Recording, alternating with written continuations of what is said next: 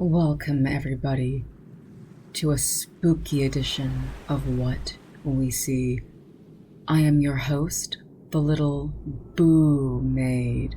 Thank you for joining me today in the dark abyss. It's that time of year where the shadows grow long and the water dark, and we gather to share tales of the macabre and disturbing. And that's right. Today, we read our winning Scuba 2024 entries. Now, if you're new here, each year we ask our scuba and ocean community to send their favorite watery tales to share with us. And this year, I'm glad to say, the scares are better than ever. Congratulations to our winners, and we hope to see you back again next year. Please check our show notes for all links to our winners' socials and to keep up with them and their watery tales. Likewise, check out Little Mermaid on Instagram and the Little Mermaid blog for a written version of these stories, and to stay in the know for next year.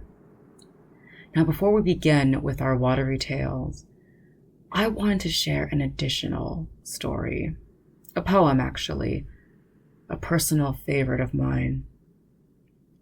Set the tone, get us in the mood. Slightly abridged for maximum dramatic effect. The full version again will be posted on the blog. Now, without further ado, dim the lights and settle in by the fire.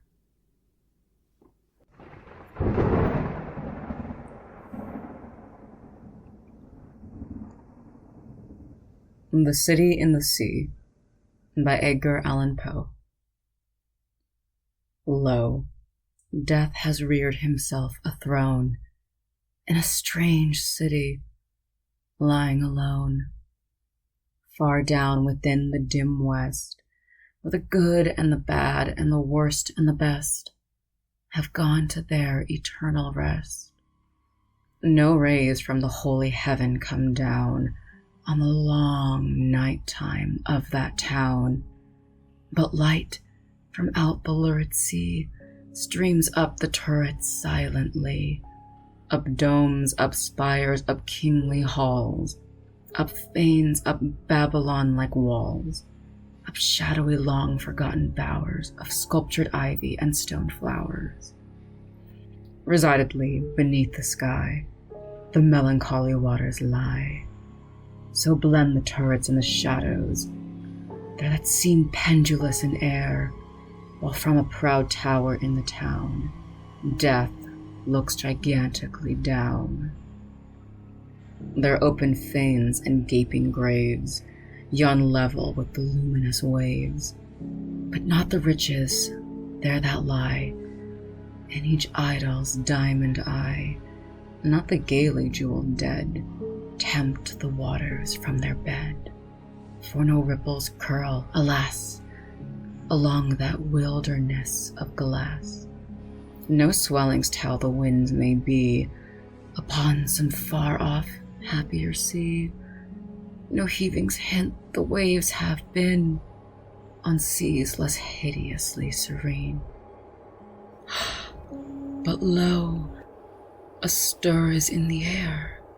The wave, there's a movement there, as if the towns had thrust aside in slightly sinking the dull tide. The waves have now a redder glow, the hours are breathing faint and low, and when amid no earthly moans, down, down that town shall settle hence, hell, rising from 1,000 thrones, shall do it reverence.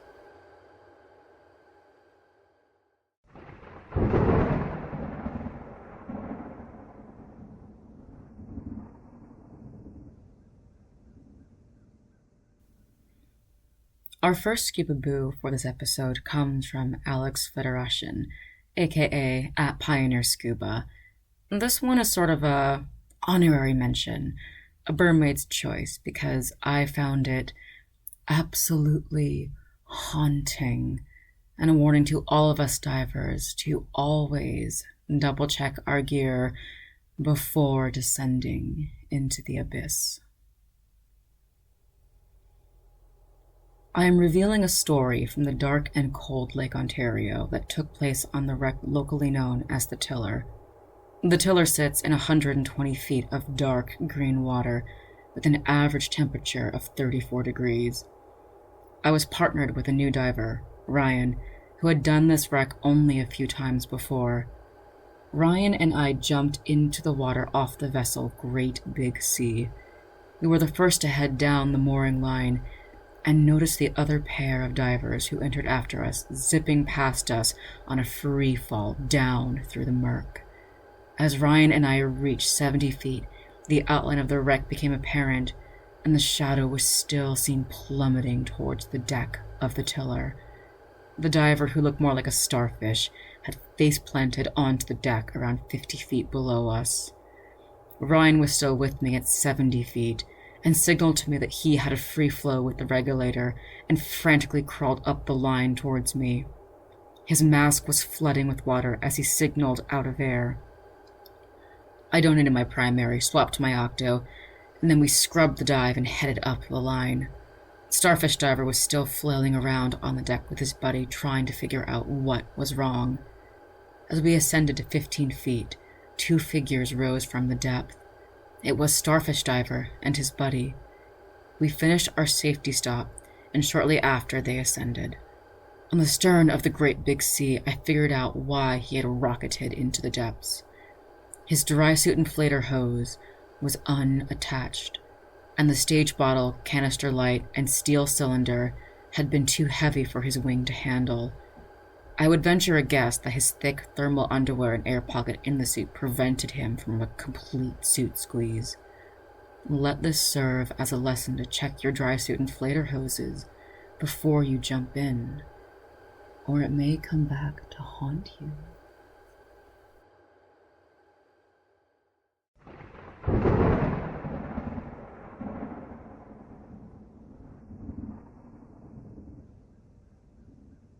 Our third place story comes from Shireen Shipman, aka the Ship Lady.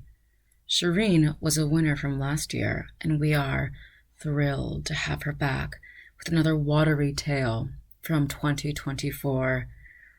This year, the spooks have only gotten scarier.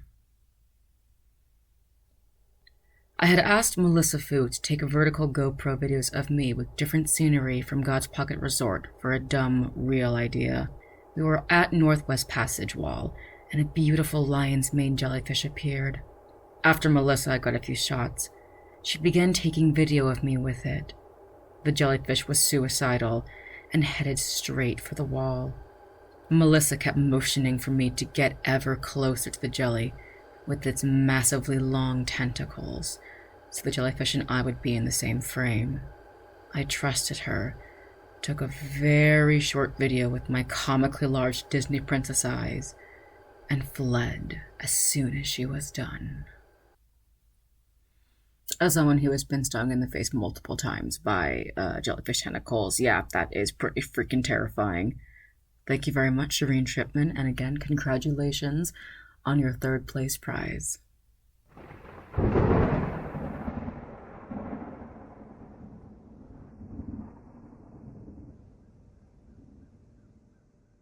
Our runner-up comes from Sage Ono, at Sage Ono Photography.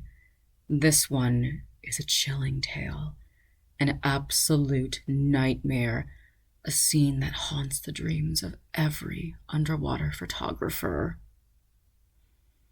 One time, I forgot to turn my flash trigger on before putting the camera in my housing. The horror. The nightmare. I don't know about you guys. I'm going to be waking up every single night going, flash trigger, flash trigger, flash trigger, no.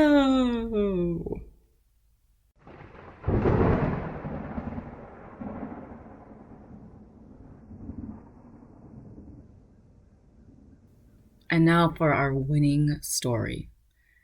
From Brandon Huelga, at Huelga, from Monterey, California. Thank you so much for sharing this eerie tale with us. And congratulations for the winning prize donated graciously by Getting Salty. Buckle in, because this one will take us to the very depths of your fear. I experienced an earthquake underwater. Kona, this past February, had a 6.3 magnitude earthquake while I was diving Honokohau Harbor with friends. We were about 50 feet midwater, photographing a school of Heller's barracuda, when a near-deafening rumbling started suddenly, vibrating our bodies like jello. Imagine the bassiest rave or concert you've ever been to, and dial it up to 11. I had to use my hands to cover my ears. It lasted about 20-30 seconds, and we were all pretty stunned. But we continued the dive, and once we got out, a couple on the beach asked if we had felt the earthquake. I thought it was a cruise ship, or something had motored past us. Spooky, but seriously a once-in-a-lifetime experience.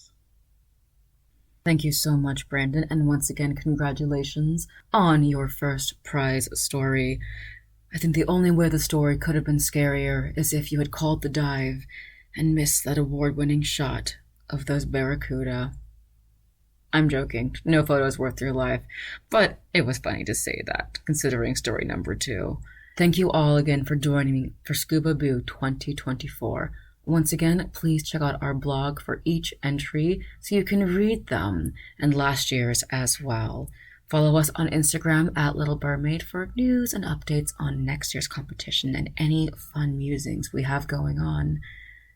And don't forget, always plug in your dry suit hose and turn on your flash, or your casual fun dive may turn into your worst nightmare.